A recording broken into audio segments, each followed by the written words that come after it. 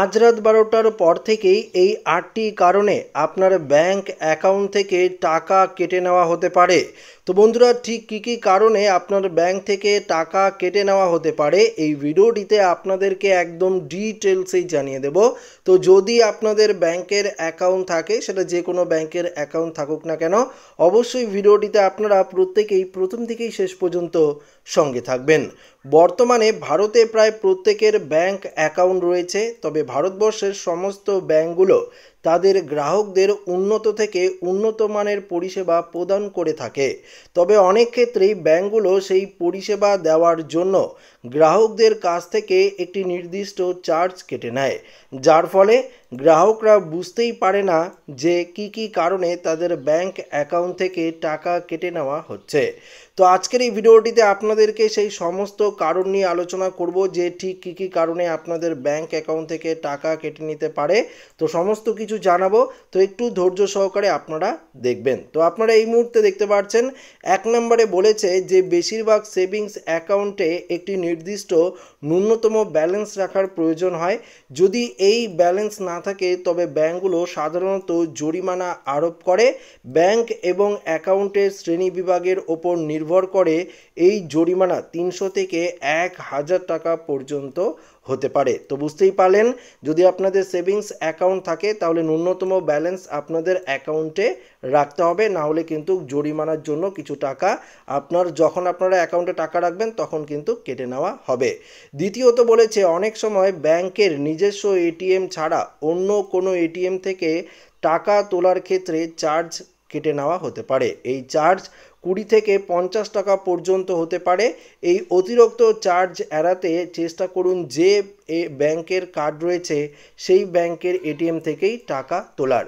অর্থাৎ যদি আপনাদের স্টেট ব্যাংকের অ্যাকাউন্ট থাকে তাহলে স্টেট ব্যাংকের অ্যাকাউন্ট থেকেই টাকা তুলবেন।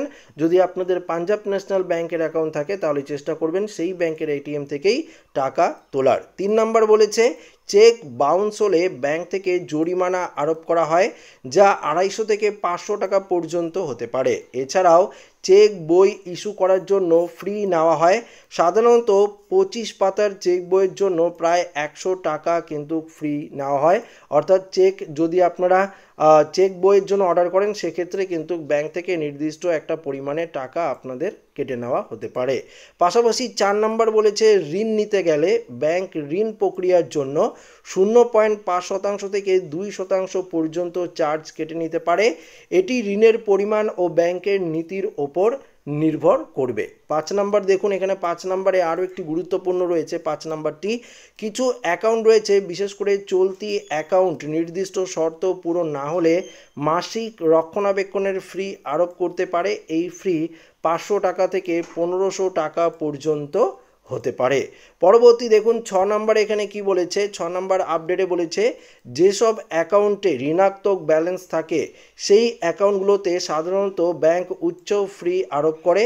এই ফি প্রতিটি ইনভেস্টের জন্য 400 থেকে 800 টাকা পর্যন্ত হতে পারে। বুঝতেই পারলেন। 7 নম্বরে দেখুন এখানে কি বলেছে। 7 নম্বর আপডেটে কিছু অতিরিক্ত পরিষেবার জন্য চার্জ নেওয়া হয়, যেমন ব্যালেন্স নিশ্চিতকরণের জন্য 50 থেকে 100 টাকা, টপ পেমেন্ট অর্থাৎ নির্দেশাবলী কার্যকর করার জন্য 120 টাকা এবং পাওয়ার অফ অ্যাটর্নির মাধ্যমে লেনদেনের জন্য 250 টাকা কিন্তু নির্দিষ্ট চার্জ করে ব্যাংক। পরবর্তী 8 নম্বরে বলেছে IMPS এর মাধ্যমে ফান্ড ট্রান্সফার করার জন্য চার্জ কেটে নেওয়া হয় ব্যাংক থেকে। যদি কিছু ব্যাংক এই পরিষেবা বিনামূল্যে দেয় তবে অন্য কিছু ব্যাংক নামমাত্র চার্জ আদায় করে থাকে। IMPS লেনদেনের জন্য প্রযোজ্য চার্জগুলো ব্যাংকের নীতির ওপর নির্ভর করে, তাই গ্রাহকদের নিজেদের ব্যাংকের শর্তগুলো ভালো করে বুঝে নেওয়া উচিত। তো বুঝতেই পারলেন ঠিক কী কী কারণে আপনাদের ব্যাংক অ্যাকাউন্ট থেকে ব্যাংকের তরফ থেকে নির্দিষ্ট চার্জ বাবদ টাকা কাটতে পারে, সেই নিয়ে আজকের এই ভিডিওটিতে আপনাদেরকে জানিয়ে দিলাম। তো ভিডিওটি ভালো লাগলে লাইক করবেন, বন্ধুদের সাথে শেয়ার করবেন, নতুন হয়ে থাকলে চ্যানেলটিকে সাবস্ক্রাইব করে নেবেন। ধন্যবাদ।